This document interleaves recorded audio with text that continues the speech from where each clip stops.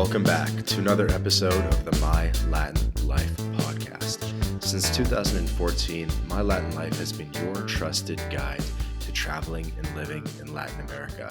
Today, my guest is Jordan from the Options Mavericks. I first got connected with Jordan through Benjamin at the ROI channel, where I did a guest appearance. They're fellow Australians. And in this episode, we're going to talk a little bit about life in South America and a little bit about options tradings and the unique way that Jordan makes money online. He's based now in Buenos Aires. So Jordan, welcome to the show. Thanks very much, Vance. It's great to have a chat, mate. Yeah, absolutely. Are you calling in from Buenos Aires right now? Yeah, mate. Yeah, so this is my base here in Buenos Aires. Been here for about 4 months. I've got a very good life here, so I've decided to settle down and book a long-term apartment, and base myself here and just do some traveling as Buenos Aires for a base.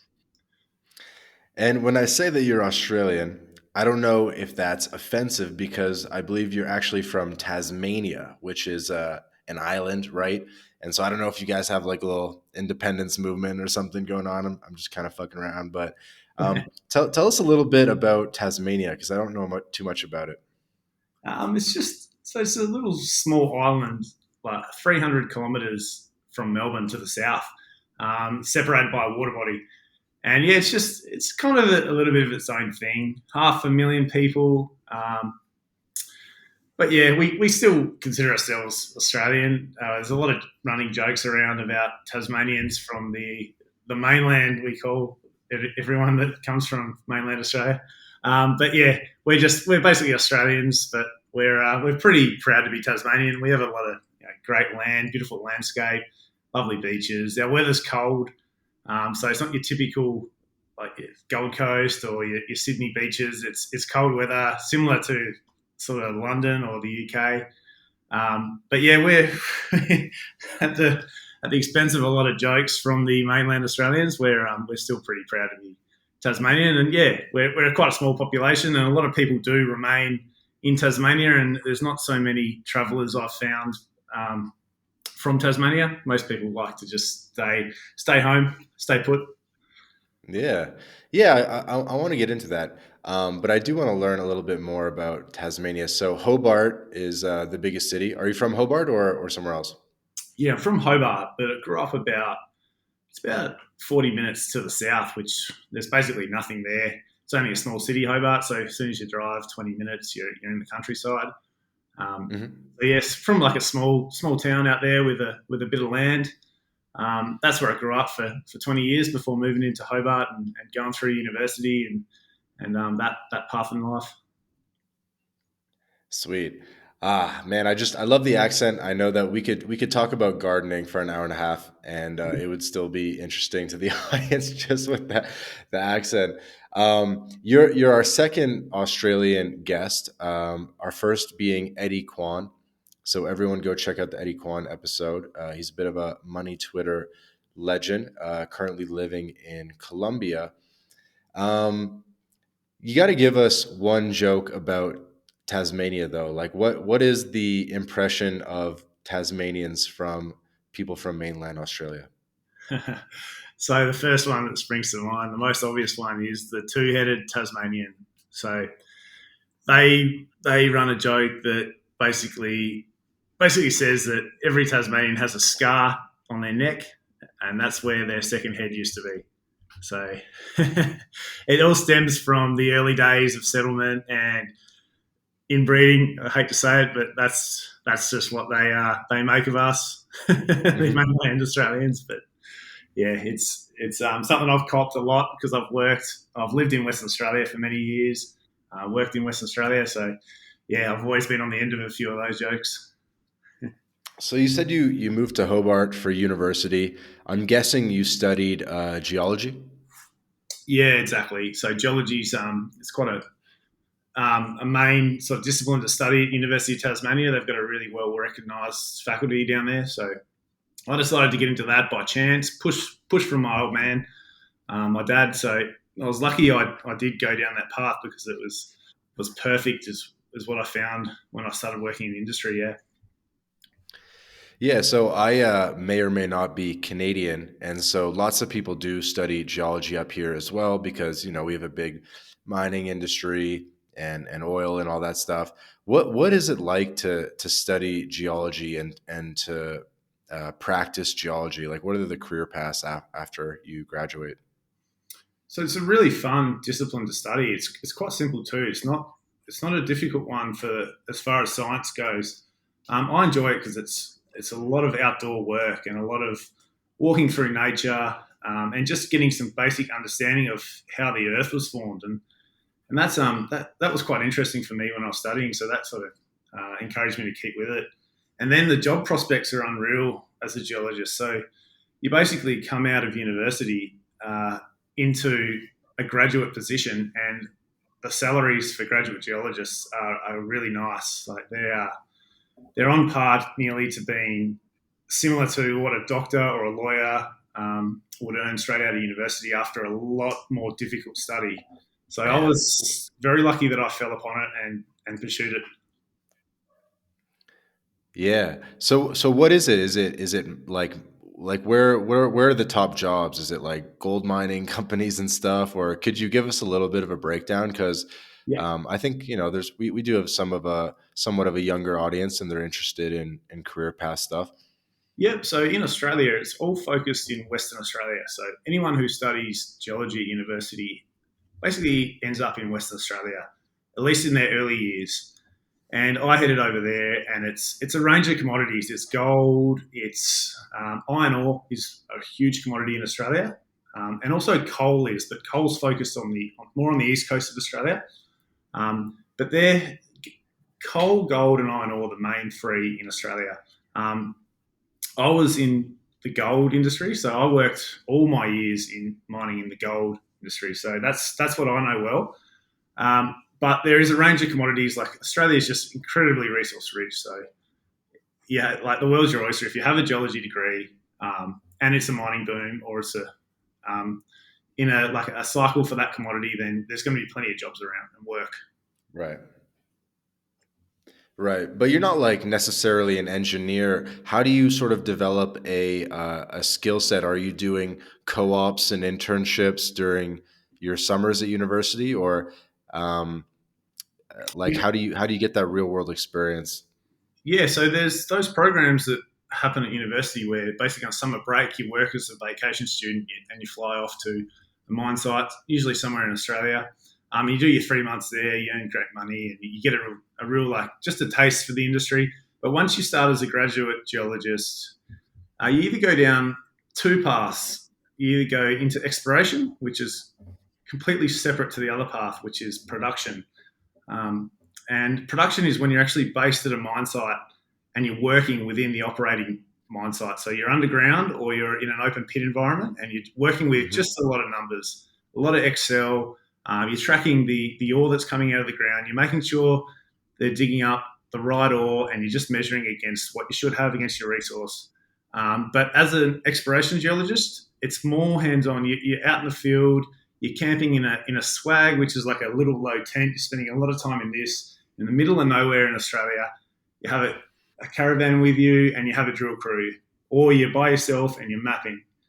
So that's where the pure science comes into geology. So that's when you're focusing on what you learned at university. You're looking at all the literature and all the scientific models for deposits, and you're trying to figure out where that resource is for the company you're working for. Whatever resource that company is focused on, that's what you're trying to find using your experience. That's pretty cool. So do you know a lot about like surveying and mapping? Surveying in terms of surveying in terms of production, yes, but mapping, I've done a lot of mapping as an exploration geologist, which is what I spent the majority of my time doing. I've been days and weeks just mapping out in the middle of Australia by myself with a ute, which is your car, a light vehicle, and then a GPS and a mapping board, and you're walking 20 to 30 kilometres a day, making observations, and then using your GPS to mark what you've seen and recording the geology. And that plays a very important role in the big picture scenario of what you're trying to achieve as a geologist and in looking for minerals. That's cool. And what would be the salary range for someone for an entry level geologist? Yeah, so in Australian dollars or US dollars, I'll do Australian dollars. So as a graduate, when the times are good, you pretty much come out of university and expect to earn $120,000. But that comes with a lot of perks depending on what company you work at. Like you'll get free health service, free private health cover, and then a lot of the time you are actually out at the mine site or the exploration site working, so you don't have a chance to spend any of that salary. So all your food is paid for when you're out there, all your accommodation. So there's those little costs that come into it that really allow you to Right. save a lot of money in your early years as a geologist. Right, right. And isn't it that like a lot of the wild Australians in Southeast Asia, they're like mining type guys that Yep, they're making, and I think I've even seen documentaries where people are like souping up their cars and stuff like that because exactly. they don't have any expenses when they're out in the field, and then they come back to civilization and they just have like buckets of money. That's exactly right, mate. We call them in Australia fly in, fly out miners. So that's what your job is. You're a fly in, fly out miner because all the mine sites are remote. So you've got to fly out of there from a major city. Um, so yes, so that's exactly what happens, and they get the Bogan name tag against them as well. So they just come back to Perth or whatever city they're flying out from, Brisbane, and they just have heaps of money to spend, and they buy all the toys, or they go to and live in Bali or they go to Thailand and they just have like stacks of money. These people that they're tradies or they're sort of like they're entry level jobs a lot of the time. So they just have all this money all of a sudden and they just of course they spend it. That's just the way it goes. Love it. So you're a geologist in Australia. Things are going pretty well. Obviously, you're an adventurous guy. How do you make your way to Latin America? Yeah, quite a long story, but I'll try and shorten it. I basically worked in the industry for many years. I think I did close to 8 years, and I hit 30 years old. And on top of that, COVID happened, and I just really wanted to leave and travel. Australia was quite strict with lockdown, so I made a rule that as soon as we're allowed out, I'll head over to Bali, which is also where I lived for 4 years. While I was a fly-in fly-out geologist, I based myself out of Bali. I was lucky enough to do that. But after COVID and after restrictions sort of eased up, I headed over to Bali. And before that, I had a savings account I was putting money into to eventually quit my job. I love my job, don't get me wrong, but I just hit the age of 30 and I thought, it's time to do some traveling. Now borders have opened up after COVID. It's time to go and see some of the world. So I had a travel fund there that I was putting money into, got to Bali, and I realized I didn't just want to be someone just sapping that savings fund at 30 years of age. So I explored what I could do to like keep my mind busy as well, because I'm coming from a really intense job. I was an underground mine geologist before I left, so it's a really demanding job. So I just wanted a way where I could put my savings account to work and actually earn me some money instead of just sapping it over the next however long I want to travel for. So I was lucky enough to meet a really intelligent investor who's also a very good friend of mine, and I lived with him for 4 years. So he got me investing in the first place, and I made a good amount of money off copy trading him basically, and using sort of his life as a template. So he was living in Bali and he was options trading, but he'd been doing it for many years. And I sort of never understood what he did for income, but I knew he had these great investment ideas. So I used to follow him into trades. So I basically went over to Bali again, caught up with him, and I asked him, how can I make an income now I'm not working, and what could I do with this money? And he's pointed me towards options trading. and it was kind of a bit daunting at first, but I dug into it for about 2 months. I got him to show me the basics, and I did my own research and I studied up on it, and I just realized very quickly how powerful this tool can be for income. And I thought it was a bit of a secret sauce to escaping the rat race, if you like. I just basically did as much as I could with that, used his life as a template, and I decided to take it elsewhere out of Bali and actually do some traveling, because I knew I would have an income to sustain my travels. So then I headed over to Mexico first, and then I dug into options trading, and I found it worked out quite well for me in the early stages. I was just doing very basic options. So I made... And were you doing like commodities where your geology background came into play, or what options on what? Yes, exactly. A lot of the stuff I was trading was actually off the back of my mate. So he has these great ideas where he's very early on the concepts, and I was just picking some good stocks within sectors that he was recommending. But yes, I do get my edge from being able to read, like, releases from mining companies, because I used to write a lot of them myself. But yeah, mostly commodities and energy was what I was trading options on. Got it. So you made your way to Mexico, first destination. What city did you go to first?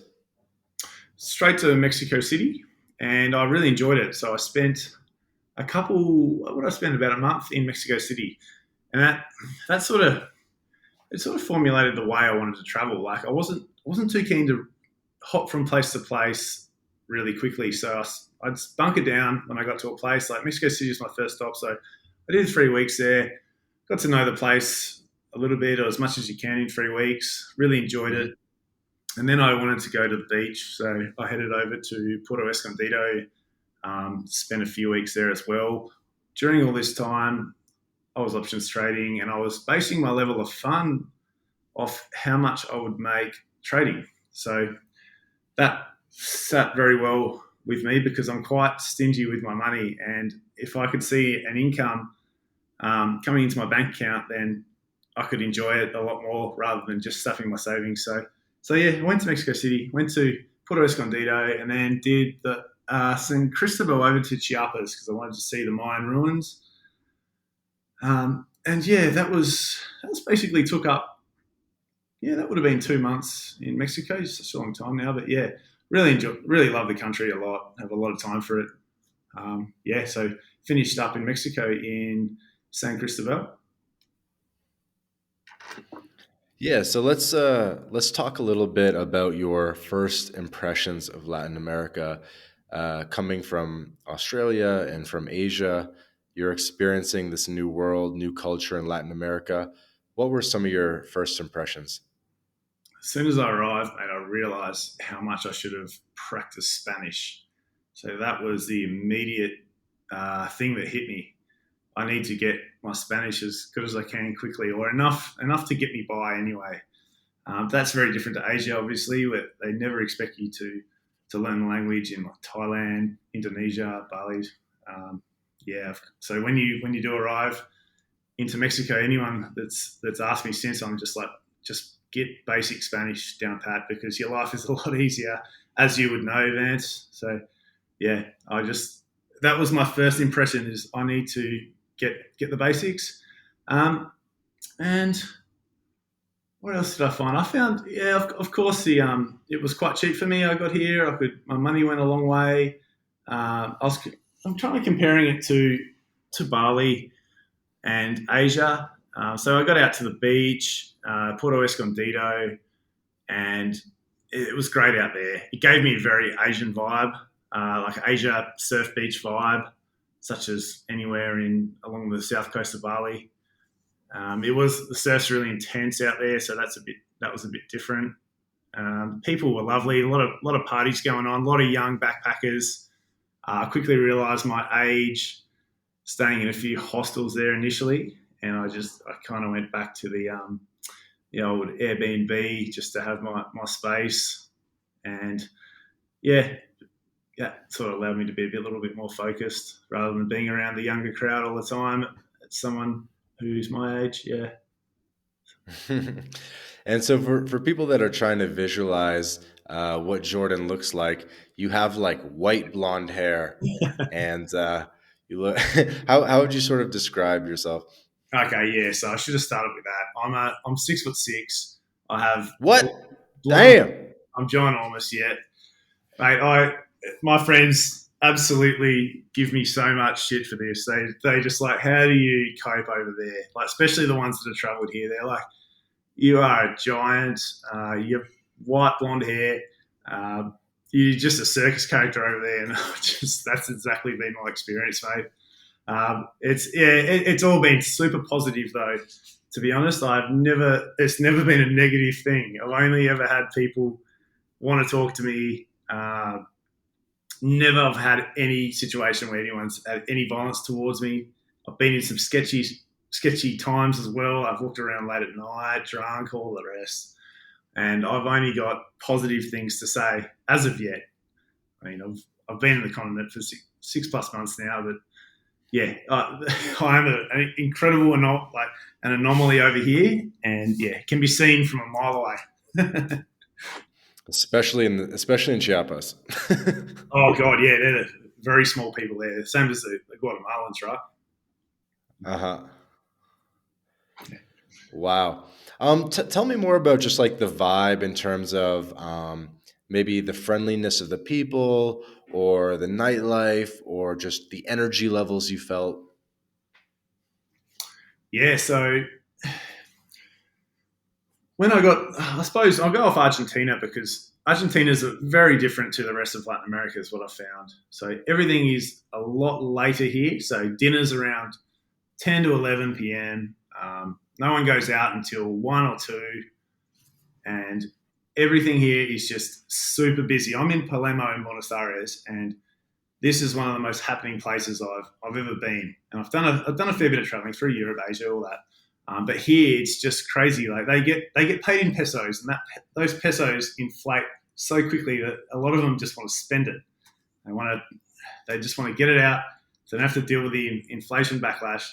And I found that it just makes for a really happening place. You've got every night of the week, the streets they're very lively. Restaurants are packed, but it's an incredibly safe environment. So it's a lot different to the rest of Latin America, as it's really safe. You don't have any. I haven't really heard of too many stories where bad things have happened here, but I am in a very expensive part of Buenos Aires. But yeah, it's just a very very happening place here. They love to party. Argentinians, yeah, they're very different to the rest of Latin America. A lot of them consider themselves European. They are very European looking. A lot of them are a lot taller. Yeah, that's basically what I get from the Argentina side of Latin America. I've still yet to go to Brazil, which I'm going to next month, and I want to spend a bit of time there. But coming from Mexico, Colombia, Peru, Argentina is just a very different place. It's European Latin America. Yeah. Walk us through how you got from Mexico to Argentina and then why you decided to finally base up in Buenos Aires. Yeah, sure. So Mexico, I did a decent amount of time there. So I did a little bit more of Central America, Guatemala, Nicaragua, and Costa Rica. And then I just thought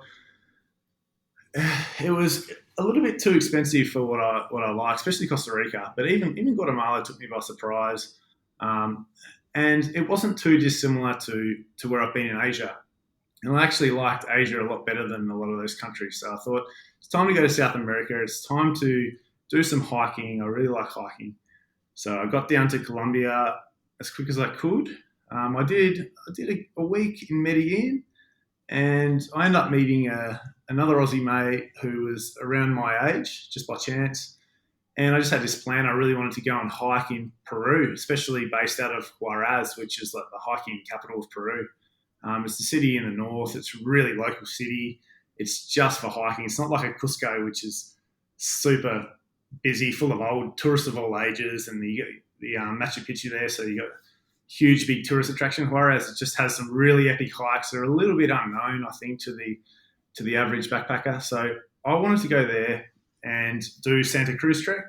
So I've convinced this guy to come along and do it with me. And instead of doing it group, we just did it solo. So we hired everything in town and then just set off for 4 days out of Juarez. So this was after Colombia, a couple of days in Lima, bus to Juarez, about a 9-hour bus.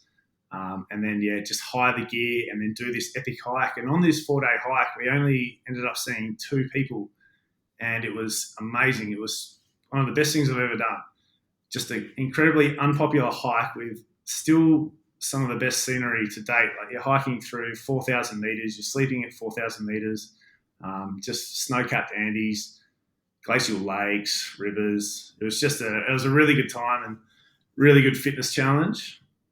And then so did a couple of weeks there, did some other day hikes there, and then headed down to Cusco, and that's where I spent the next few weeks. And I didn't even do Machu Picchu in Cusco. I was just happy to set up and do some work there. And I had a really good Airbnb that was, I think it was $10 a night overlooking the whole of Cusco in San Blas there. And I just thought it was a great base for a few weeks.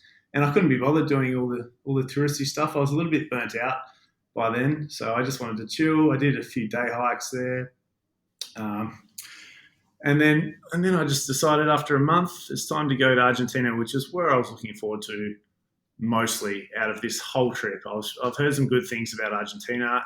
I heard how cheap it was for anyone earning US dollars like I was with my options trading. So I got there, got to Buenos Aires by myself. Found out it was an absolute pain in the neck for accommodation, and it really set me in Buenos Aires. Oh, absolutely, yeah. Just the Airbnbs are so overpriced for the worst setups. Like you get a single bed and you're paying, $1,000 to $1,500 more. About $1,500 a month for a very ordinary setup, like maybe a single bed in a house. This is at the time I was there, which was October. But I found it difficult, and it almost was enough for me to leave and go somewhere else. But I got incredibly lucky. I met a guy in the gym here who was another Australian, older guy, and he just had this connection that had an apartment that was getting refurbished, but they wanted someone in it for now because they didn't want to do any work on it or whatnot. So I just messaged them, and they basically sent me an offer saying how much do you want to pay for an apartment in Palermo, Soho, which is probably the best area to be here, on the 9th floor of this hotel block with 2 bedrooms, fully furnished, everything. Just stuff is a little bit old, and I just said to them $500, and they said it's yours as long as you like. It was unreal, mate. For a hotel room, so hotel room for $500 a month.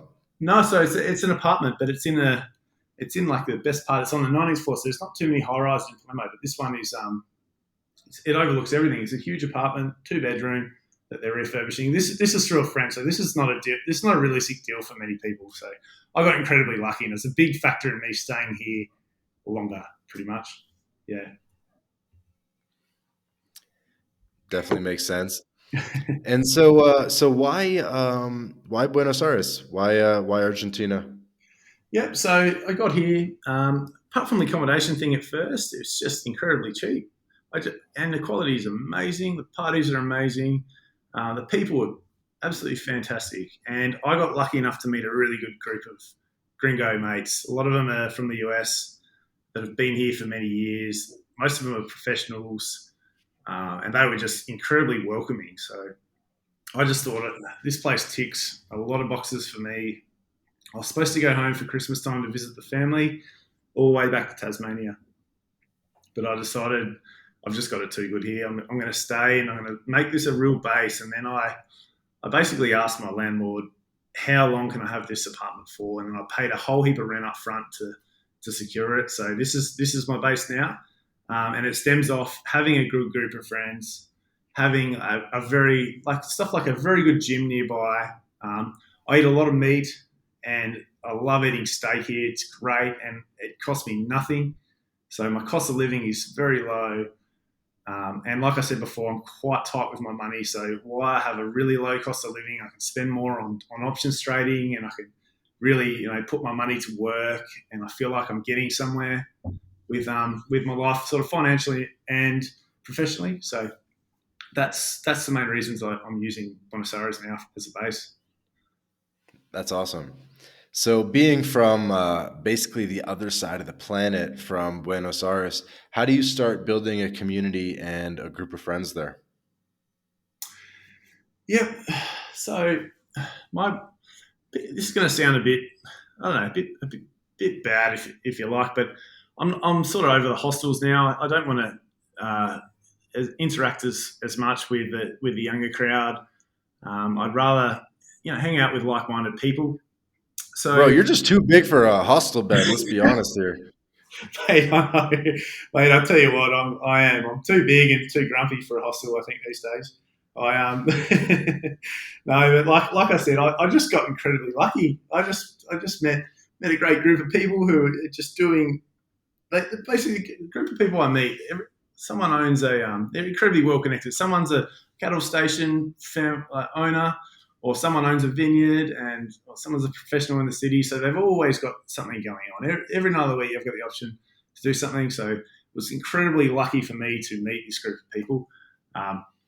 And yeah, so making a network out of that. Like, I haven't met many Australians over here. It's always been Americans in Buenos Aires, and seem to get on well with American professionals that are living here. And yeah, it's just, I think it's if you're an outgoing person, I'm not, but if you are an outgoing person, I think you can do very well here in Palermo and Buenos Aires, and in finding yourself a comfortable place to live and a good group of mates, because I've found everyone is very welcoming, especially to gringos. Yeah. How? Sorry, I'll cut this. Kind of fucked up. You're right. So you're there in Argentina basically in the summer, and I know in my experience that there tends to be a little bit of blackouts and electricity cuts in this time of year. Have you experienced any of that? Not at all, but in January, the city has literally, I wouldn't say half, but it is so much quieter than November, October, December. Everybody just heads to the beach. They head to Mar del Plata, over Hmm. to Punta del Este in Uruguay. It's a really, it's not a ghost city, but it's literally, it feels like it's about half the population in some of the, I guess, streets and venues you go to. But that, I'm told, just picks up dramatically next month. Everybody just flocks back in, but it just gets so unbearably hot here for January. It is really hot, but I haven't found it too difficult coming from Australia. Working in the outback in the desert, it's nothing unbearable. But I can see why a lot of people would find it uncomfortable and leave. Hmm. Yeah, I have spent a January in Buenos Aires before. I enjoyed it. I didn't find it too bad, especially at night. Um, have you made your way down to Mar del Plata or made it to the beach at all? Yeah, I just went last weekend actually. Just went down to Mar del Plata. Had a gig on at Mute, which is like a beach sort of festival-y place, about 30 minutes south of Mar del Plata.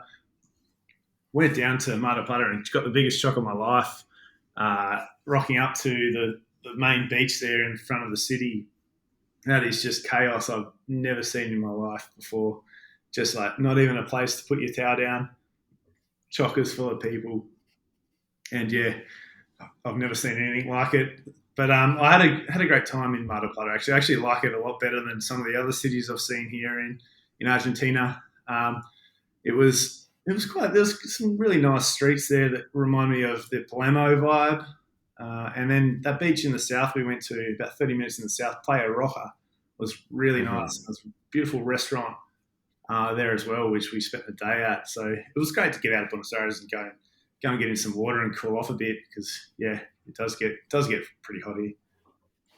Must have been pretty wild down there, I imagine. Like everyone partying on the beach and stuff.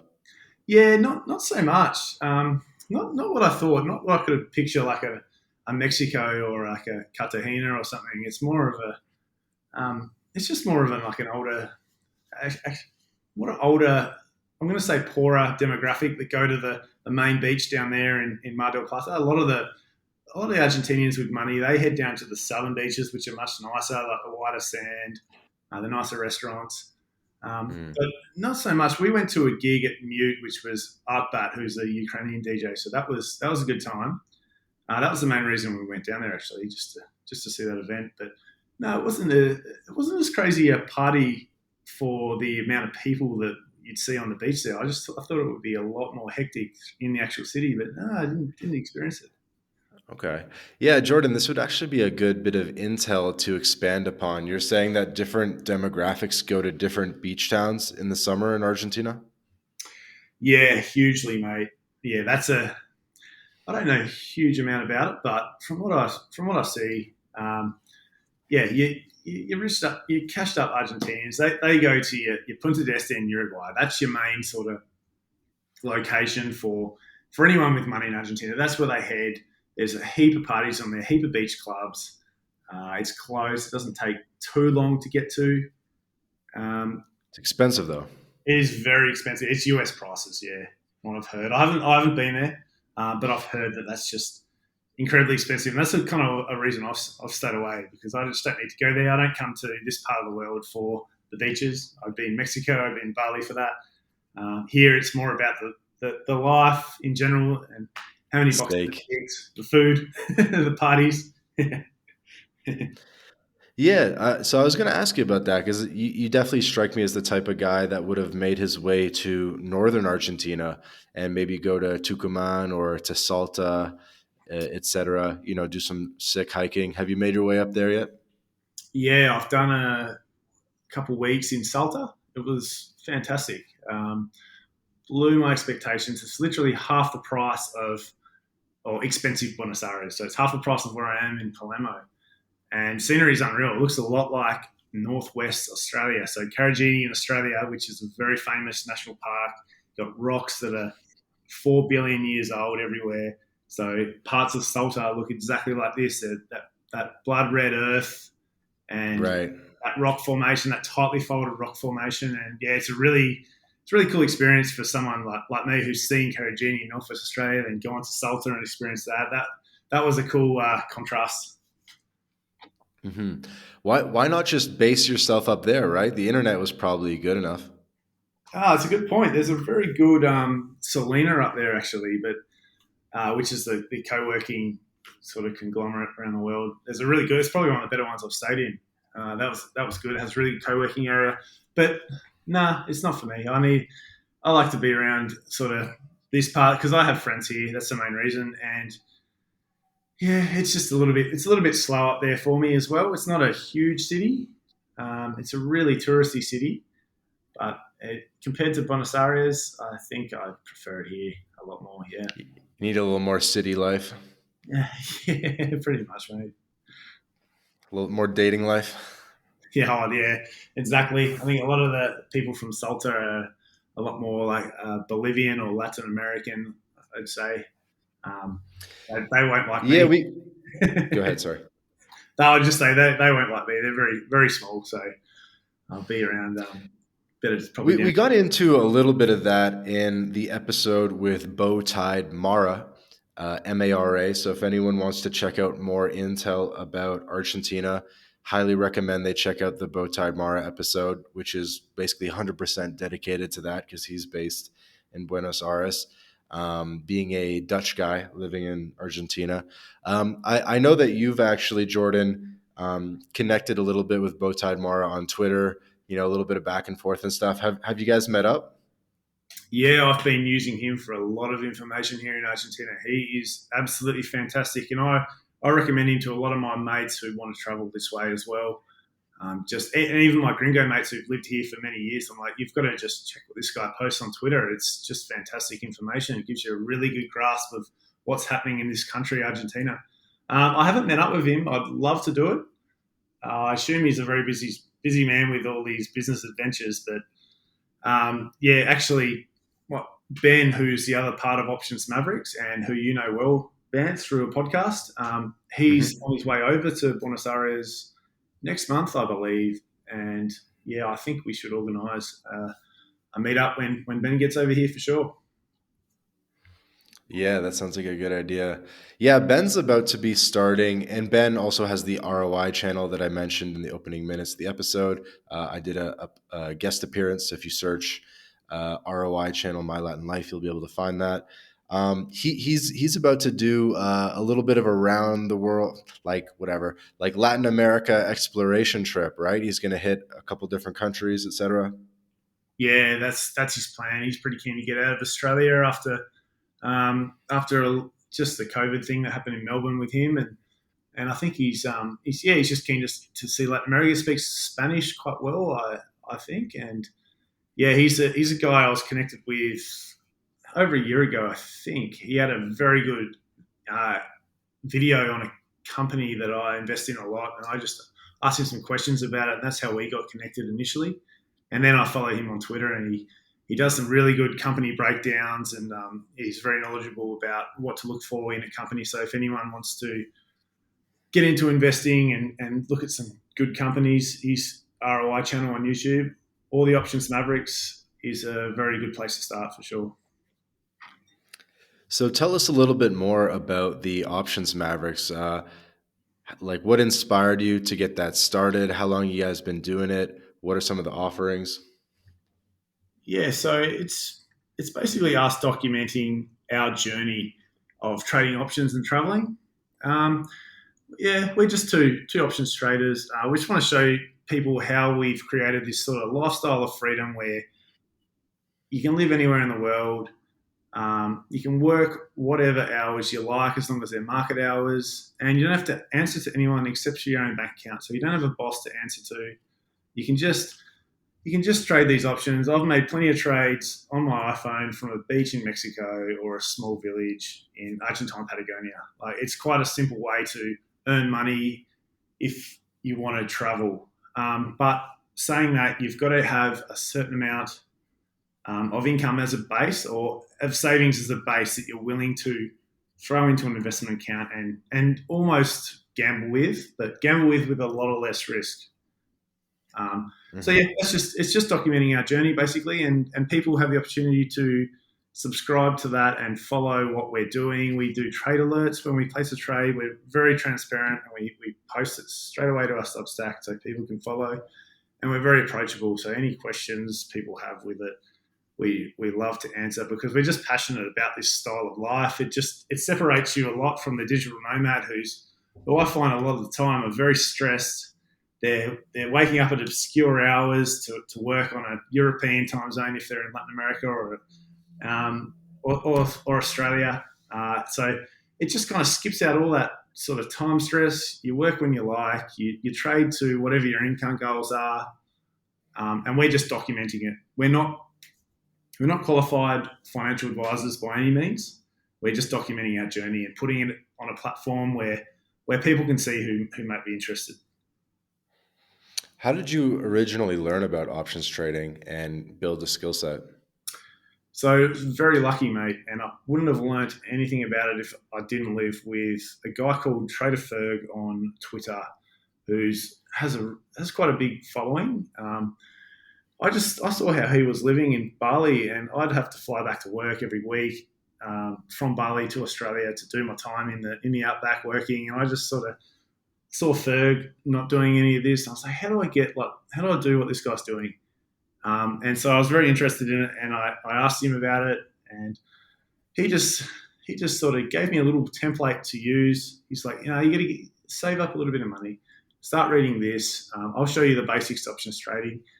So I just basically followed that template that he had, and it gave me. As soon as I started digging into it, it was all from how Ferg structured his life. And I would, yeah, like I said before, I wouldn't know about it at all if it wasn't from what I observed when I lived with the guy. So it's very lucky that I came across it. Um, yeah, and it just Hmm. worked for me perfectly from the reasons I stated before with Options Mavericks. How much money would someone need to get started in options trading for the returns to be sort of worth it? So that's a very individual question, but to get started, you need a minimum of, I'm going to say $5,000 just to get yourself familiar with the process. So you place incredibly small trades until you're familiar with the whole basic options process. And you'd ideally trade weekly options to get you into the so your expiry would come sooner, and you would learn what happens at expiry. And if your options expires in the money or out of the money, and that's just a way of fast tracking your learning with it, which is what I did. But yeah, a minimum 5,000 just to get you to learn the process, and then it's all about scaling up after that. And whatever income goals you have, that's entirely up to you. For me, I've tried to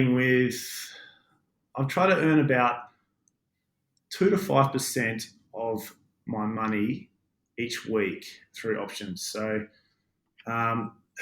it's hard to say because it varies how much money I have in this trading account because I invest in other stuff as well. But for me, in Argentina, I can live off, I'm going to say $500 a week comfortably, very comfortably, including my rent. So that's just for me, but for everyone, it's going to differ. And what like stock exchanges or options exchanges are you primarily trading on? Is it US based markets or Australian markets? It's US based, so it's the New York Stock Exchange, which is perfect when you're in the Americas because you're on the same time zone. You have to wake up at a silly hour like you do in Australia or Europe. So it just works in with my usual day routine here.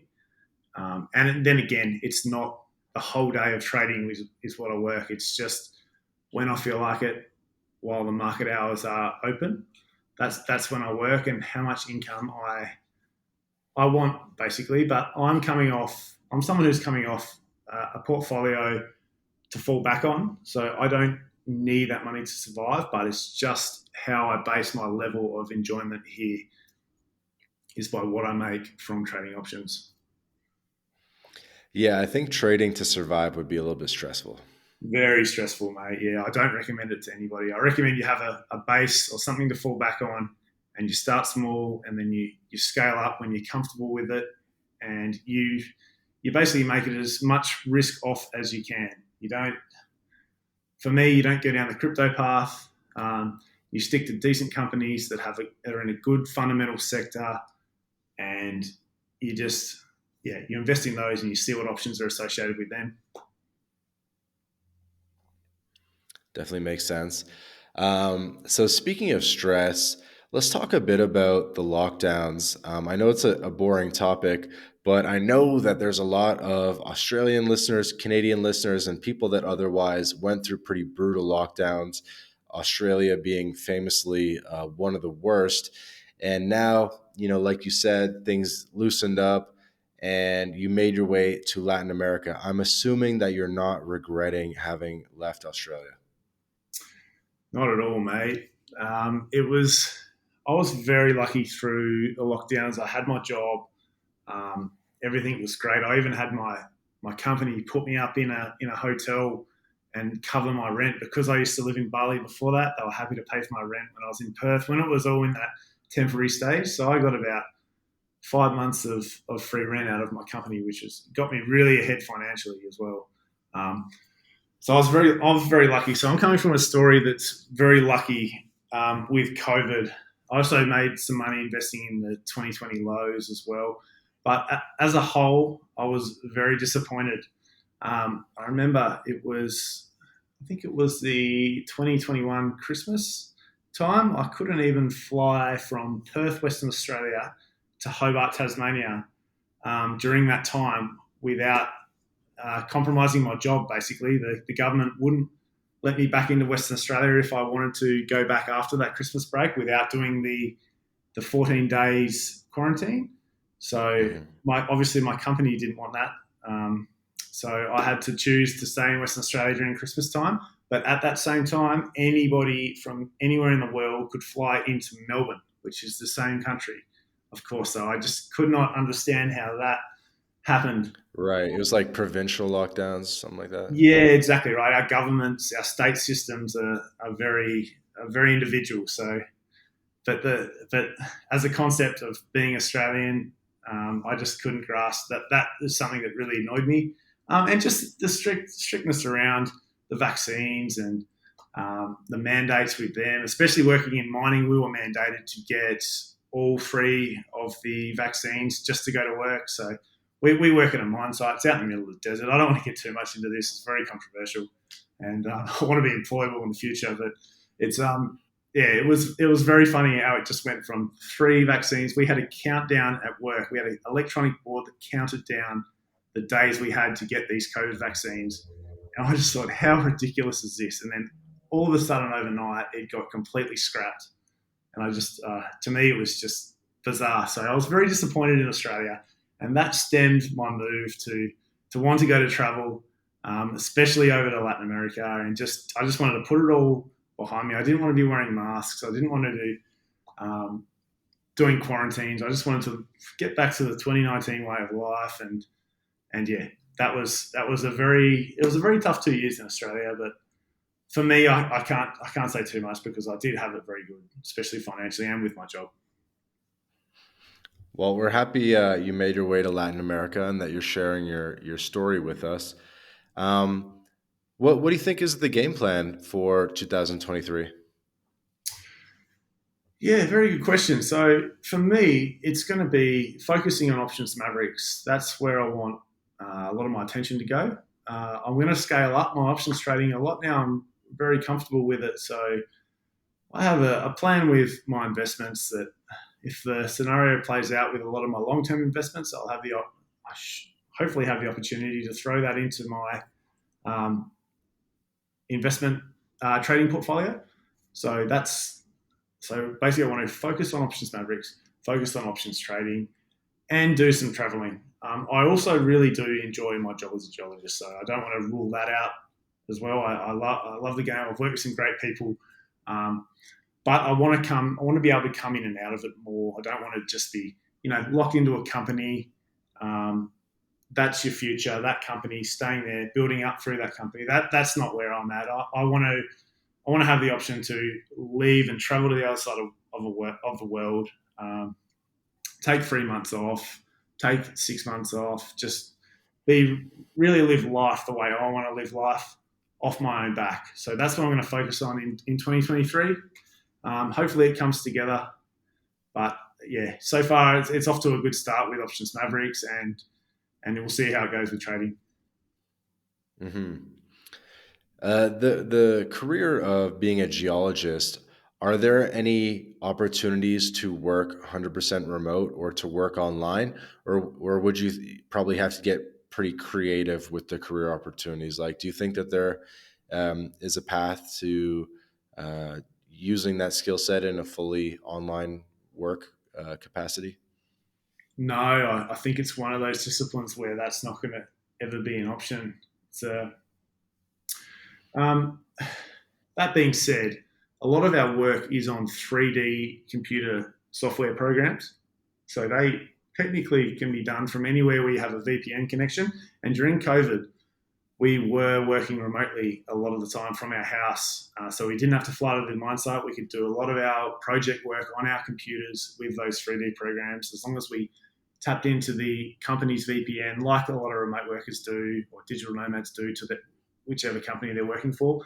But I just don't see any sign of that coming. It just goes against the whole geologist thing. Being a geologist is a very team-orientated environment. It's discussing possible concepts of how mineralization has occurred. It's discussing your projects. I mean, it probably could get done over Zoom, but to me, it just feels like it has to be an in-person thing most of the time. And then you've got the whole the whole concept of working on a drill rig. So you actually a geologist has to be on a drill rig when it's drilling out in the outback to monitor what's going on, to make sure the sample quality coming up is really good, to log the rocks that they're seeing, to be able to formulate releases to the stock market. This is all information that has to be acquired on the drill rig. So I can't see it going down that path just yet, but like I said, during COVID, we did experience a little bit of that. Hmm. Well, you get all the online stuff that you need with the options trading, and I guess now with running a bit of a community. So you got the Substack. What's the plan with Options Mavericks? Like, are you building a community around it? Courses? I don't know. Tell me. I know you got the Substack. What else do you have going on? Yeah, so we've got the Substack as our primary one. It's just documenting our journey. Like myself and Ben, we're quite competent with options trading, and we just want to get a platform there where people can see. I get a lot of questions about it, especially initially on Twitter from mates, from family members, asking like, "What do you do?"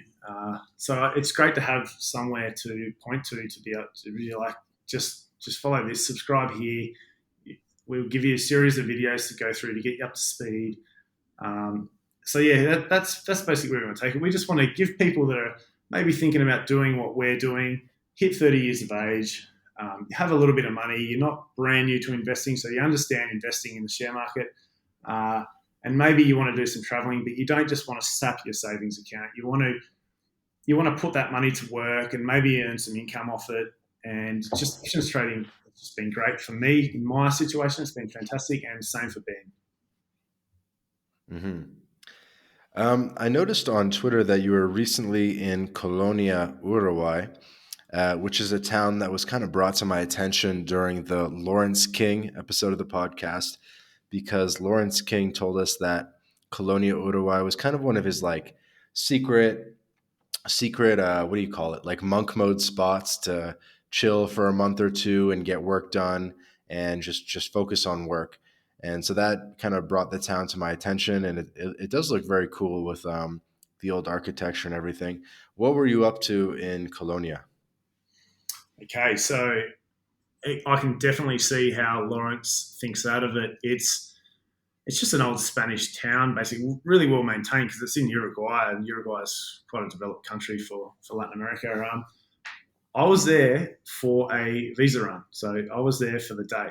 So I used my 3 months here, and I had to go over, reset my visa, and I just jumped on the ferry, went over, walked around. I did a bit of work from there, but the prices are not cheap. So I ended up paying, I think, 25 to 27 US dollars for an entraña or a steak, and that is triple what I pay in Buenos Aires.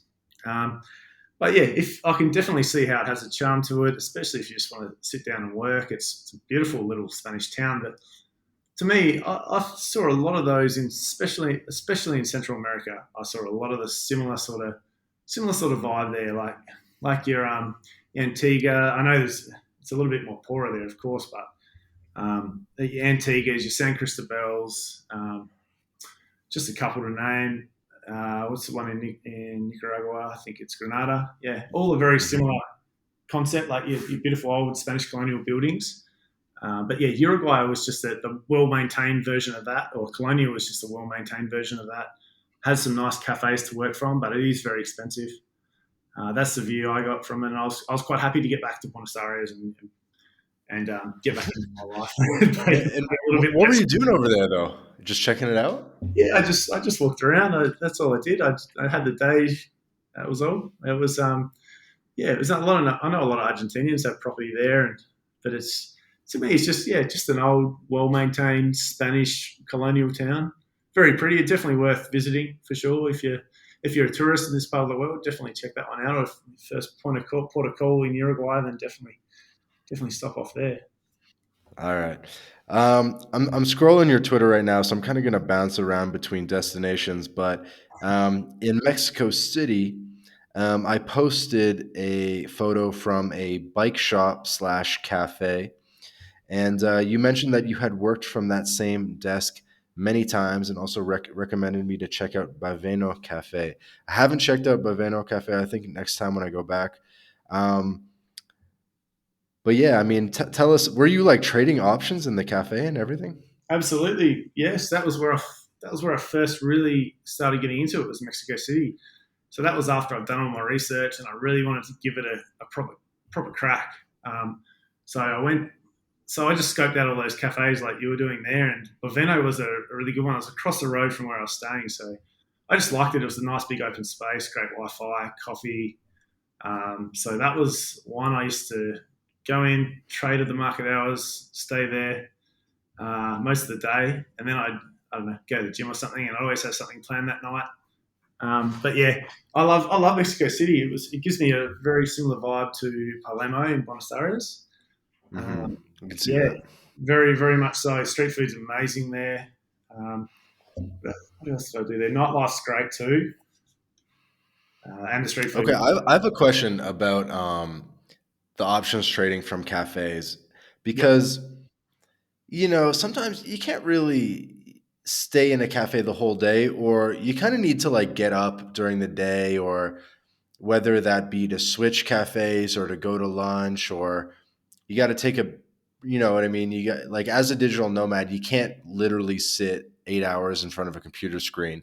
You kind of need to mix it up. But what if there's like an adverse move in the stock or in the option, like during the day while you're sort of on the move? Aren't you kind of out of luck a little bit, or like in a bad situation, and maybe you're stressing like, I need to find a next cafe ASAP. I need to get in front of Wi-Fi. You know what I mean? Or just, you know what I mean? Yeah, absolutely. Yeah, I definitely do not sit there for 8 hours trading. No way. If I'm sitting there for that long, I'm doing some research or I'm looking up something unrelated. Um, but but no, this is the beauty about options trading. So you place your trade. If you're trading weekly options, you buy your option or you sell your options contracts. You receive your premium, which is your income, and then you just wait to expiry. There's absolutely no need for you to tamper with that after you've placed that trade. The worst thing that can happen, especially with the methods we do, is the stock price goes down. But you're happy to hold this stock price or this stock for a long-term outlook. So you just ignore it. It's short-term noise. So basically, once you do your options trade, which is selling, most of the time we're option sellers. So we sell and then we wait to expiry and we just leave it until it expires. So we receive our income and then we don't look at it. You don't even worry. Especially when you're first starting off with options, there's absolutely no need to tamper with them after you've sold them. In our case, so for me, it works really well. So you do your trades and then you go to the gym, you go have lunch.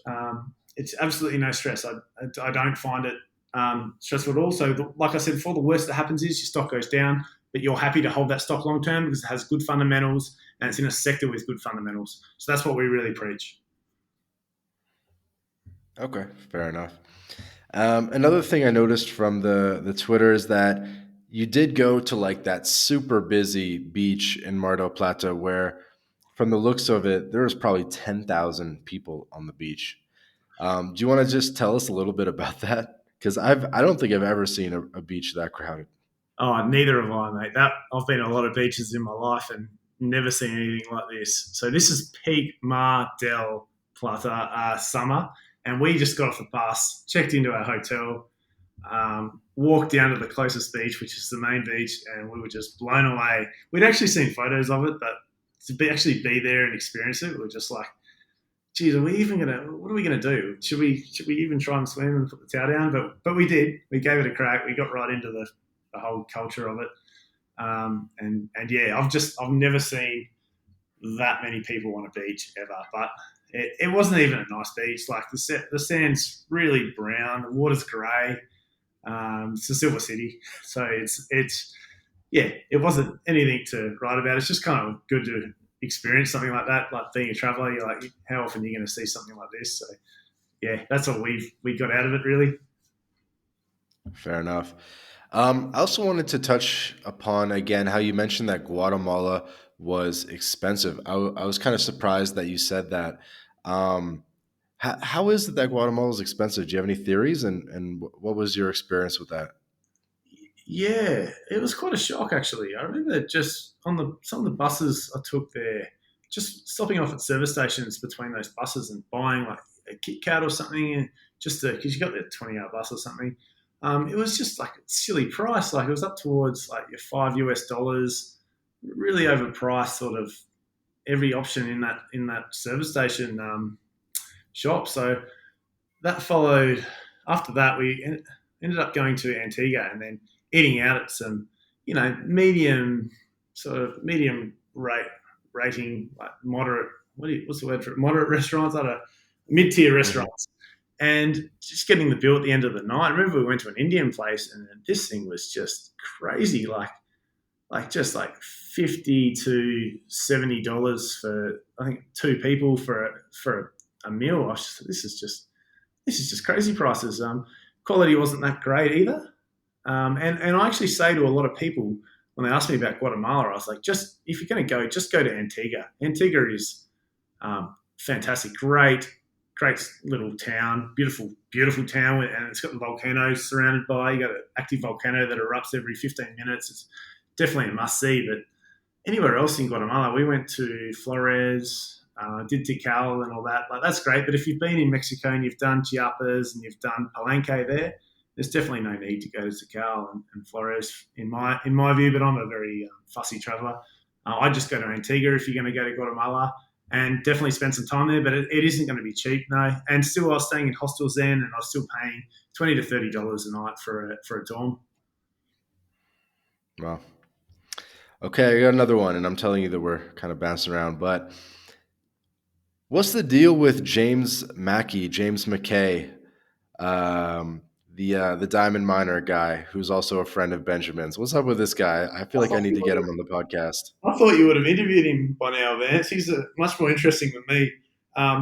Yeah, I think he just has some really good ideas on Twitter. I just really like his Twitter account. He's thinking very in line with what I think, especially around energy, and he invested in a lot of the stocks I do too. So we're very like-minded in that. I wanted to catch up with him when I was in Colombia, but the timing didn't quite work out. I talked to him a bit on Twitter, and I should talk to him more. He's got a great mind, especially when he did that podcast with Ben. He says some really good stuff. But yeah, he's a very, very interesting. Yeah, I think he's just based in El Poblado in Colombia, and then he spends the rest of his time in Mexico.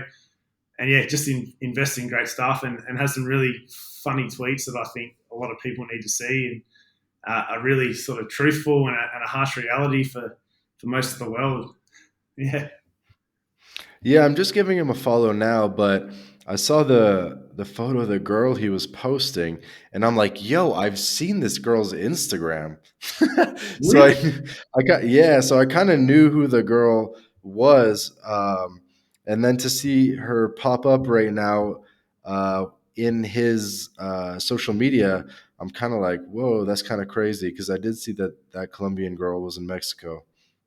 Yeah, right. Okay. Yeah, I've occasionally see his little or his posts about where he is and what he's up to lifestyle wise. Yeah, he's definitely worth a follow on Twitter for anybody for sure. And definitely try and get him onto your podcast, mate. He's very interesting. I certainly will. So when you say that you guys are aligned in your thoughts about energy, I guess it's a bit of a rabbit hole, but like what are some of your thoughts on energy? Yeah, so they're thoughts that not everybody wants to hear.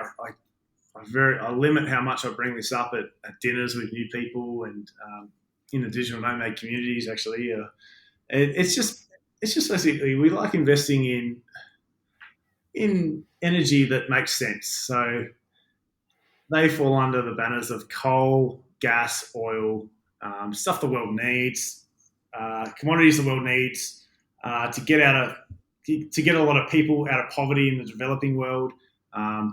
So that's sort of what we go off on. And there's a lot of companies out there that have been starved from investments, and they just trade at very low multiples, and they make very good free cash flow, and they're just on the market. And we're happy to invest in them because we look at the other side of the story where we know what these commodities really do, and they get people out of poverty. They give people secure energy. Energy security is a huge thing in the world right now, as we've seen with Germany and their reliance on Russia.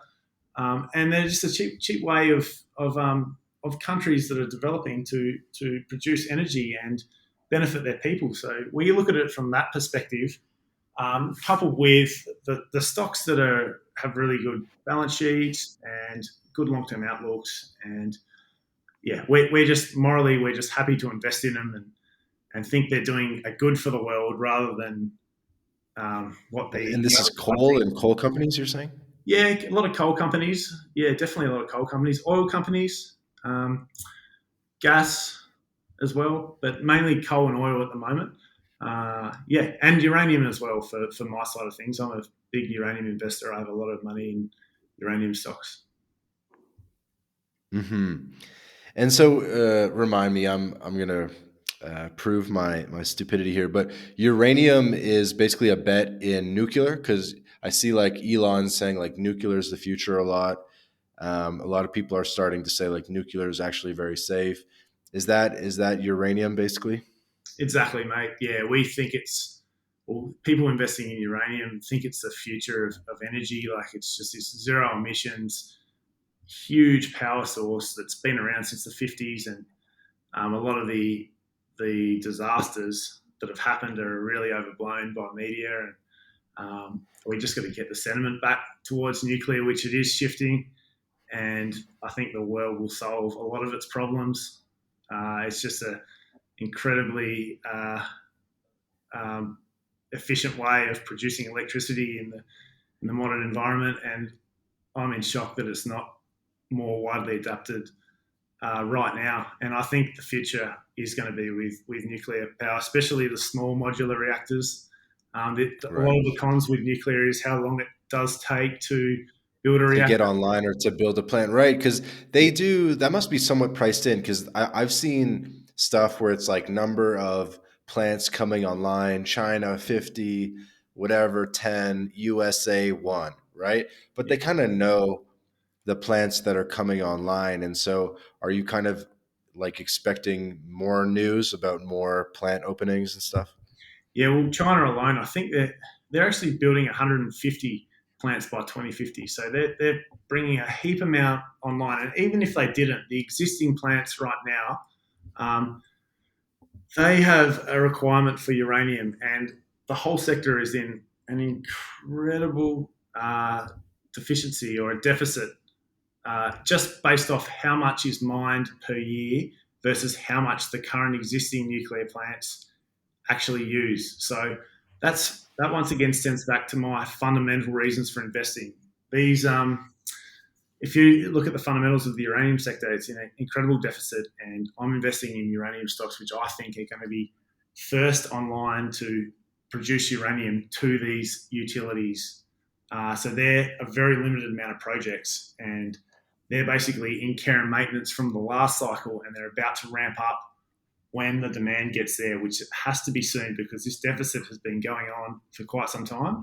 And it's just a matter of Mhm. time before we see And a moves. deficit of what exactly? It's just basically how much is mined. Exactly. Like numbers, I'm going to say, No, but I mean, like, what is in deficit?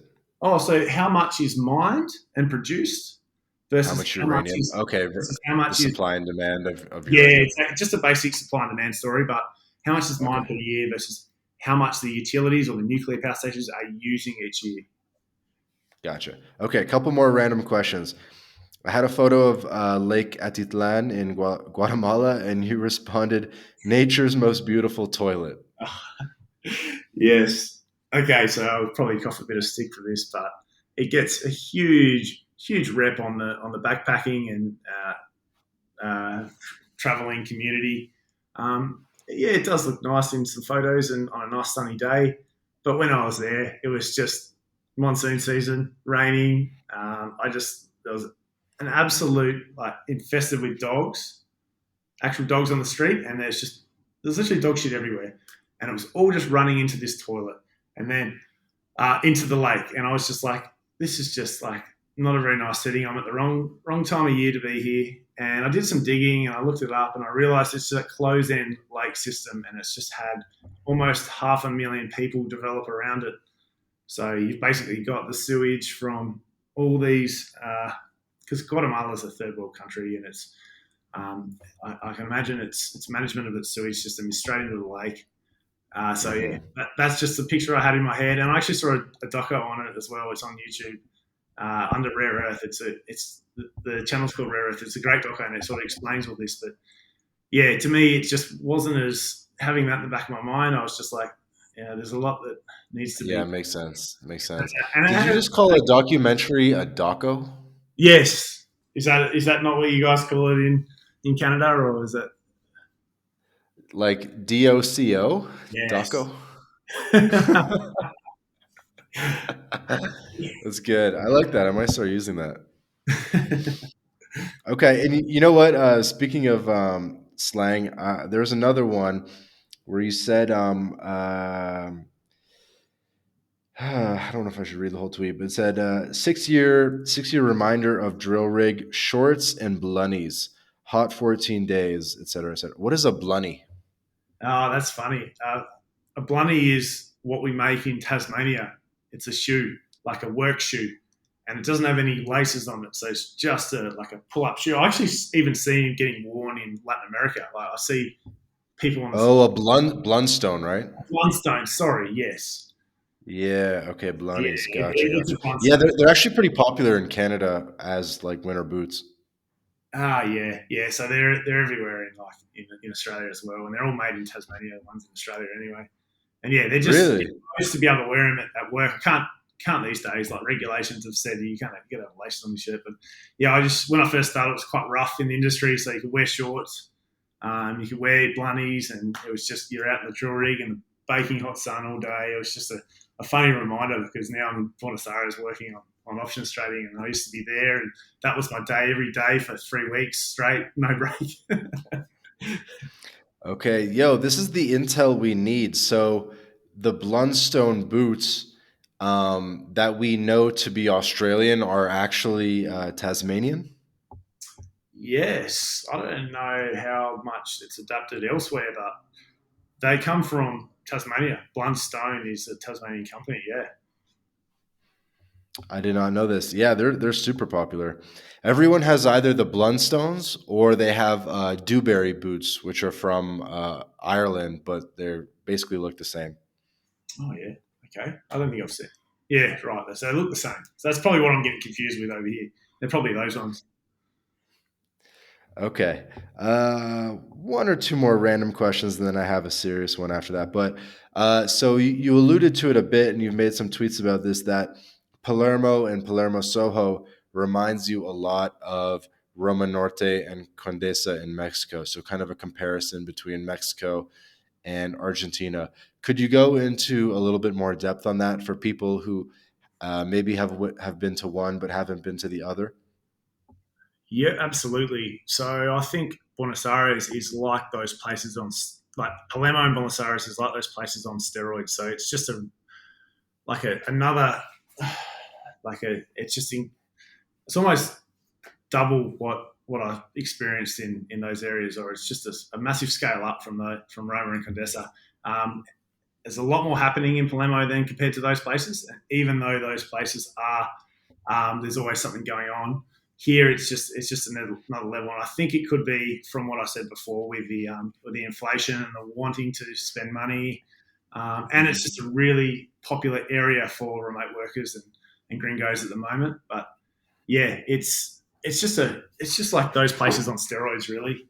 I find it's cheaper, and if your diet is like my diet, and it's a lot of it is meat, you can really live here for not much money, and you're getting top class service. Like just the other day, I was just out with some mates. We're at a speakeasy called Victoria Brown here, and we ordered a Negroni, and this speakeasy is really popular. Like it's got a huge Instagram following. It's got you got a book to get in it, and it's always a big party on there most nights. And the Hmm. Negroni was 900 pesos, which is about $2.50 US dollars. So that that in itself is just crazy. I don't know anywhere in the world where you get those sort of prices. And then again, you go to a nice steak restaurant, not Don Julio, which is one of the top restaurants in the world for steaks, which is where I live right next door to. You go to another Oh yeah, parisha. I've been there. Oh, you have? Yeah. I live right next to it. So you just go to another parisha, like maybe 500 meters away, still in Palermo, and then you'll pay a fifth the price there. So you'll end up paying like 5 to 7 US dollars for this 400 gram, like great cut of steak. And that is just uncomparable from wherever I've been in the world. Just yeah, those sort of prices compared to even what Mexico City has to offer with Roma and Condesa, I just think it's cheaper. There's more happening here in Palermo and Buenos Aires than those places. Um, and yeah, Argentinians are very different. Everything is very late here, so nobody goes out to party until 2 a.m. pretty much. And yeah, no one has dinner till 10 to 11. And they have that little siesta part as well where they have about 2 or 3 hours off between 6 p.m. and 8 p.m. So you got to factor that one in. But there's just a lot going on here for those sort of areas, your food and your alcohol. Because I guess you're in your early 30s now. So how are you managing with the 2 a.m. start times with the bars? Mate, I'm that used to it right now, but when I first got here, I found it very tough. So I was struggling to stay awake then, but now I've been here for 3 or 4 months, hung around all my gringo mates that have lived here for years. It's just normal. Like it actually works out well for me because I jump onto the Aussie markets at like 8 p.m. here, which is 9 a.m. in Sydney. So then I do a bit of work, and then by the time everyone's ready to eat, it's 10 o'clock, 11, and I've been working between that time.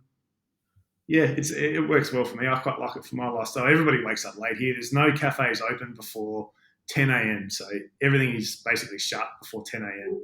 So yeah, that's the consequence of everything being so late at night. A little bit tough to catch the opening in New York.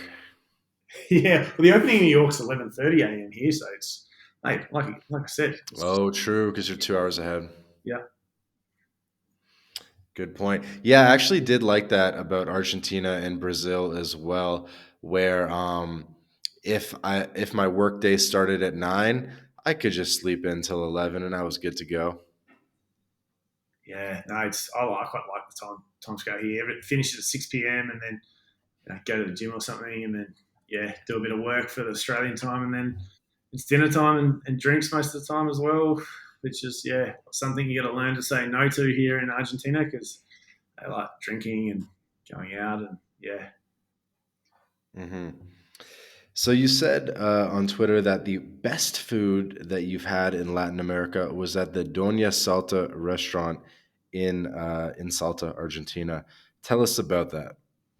Yeah, absolutely. So that was when I was quite new to Argentina, but I don't know if I could still lay claim to that. But yeah, I'm going to say it for this sake. It was great. So it's like the number one steak restaurant in Salta. Salta's not a huge city, but it's reasonable. And I just looked up good parrishas in Salta, and I wanted to try that one. And it was amazing. Setting's amazing. They have a great selection of wines as well. And it's half the price of just an ordinary parisha here in Palermo. So I paid even like $4 to $5 for a 400-gram steak there, and it was just perfect.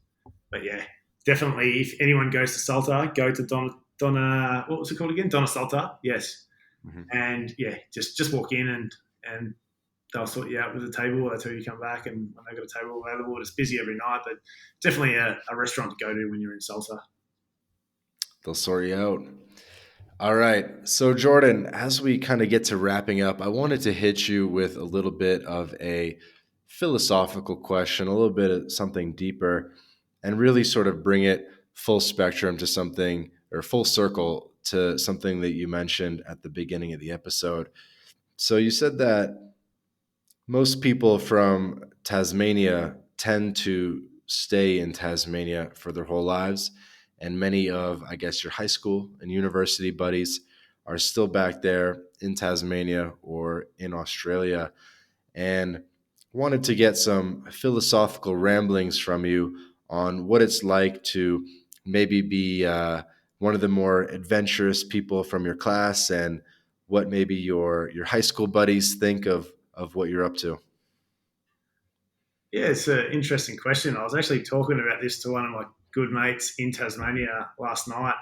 I'm the anomaly, basically. So I'm the one that's off on this adventurous lifestyle. A lot of people just don't understand what I'm doing because I've chopped and changed between what I do all the time. Before I was a geologist, I was living in Europe, working in bar, worked in hospitality a lot. Then I was a geologist, and now I'm doing this options trading thing. People are just like, "What is it that you're doing?" They don't really understand.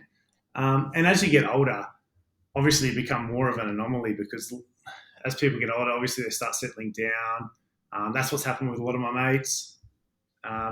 So yeah, they find it, every time I talk to them, they're interested in what I'm doing, but it's not for them. They're happy living their life in Tasmania, and a big trip for them might be to Bali or to somewhere on mainland Australia, or over to Europe once a year, but never the sort of level that I'm doing. I often try and get a couple of them to come over, but they're tied up into their careers. They've got girlfriends or wives or kids. So yeah, I just realised, especially now, that I'm the anomaly. I'm the one that's out here doing all this stuff, and hopefully it'll wear off me one day, and I'll end up being like them, I guess. But I don't know. I can't see it for the immediate future. And another good thing I have, my parents don't ask too many questions of what I'm doing. They kind of let me live my own life, which is a really good part of it. I can imagine if your parents were hounding on your back every time and asking you what you're doing and putting all this pressure on, it'd be a lot more tougher, but mine are very relaxed. Mm-hmm. Do you ever feel bad knowing that, you're getting into your early 30s, your friends are settling down, they're getting married, they're having kids, they're buying condos, they're buying houses, maybe they're making money on the Sydney property market or whatever. Do you ever feel self-doubt about taking a different path?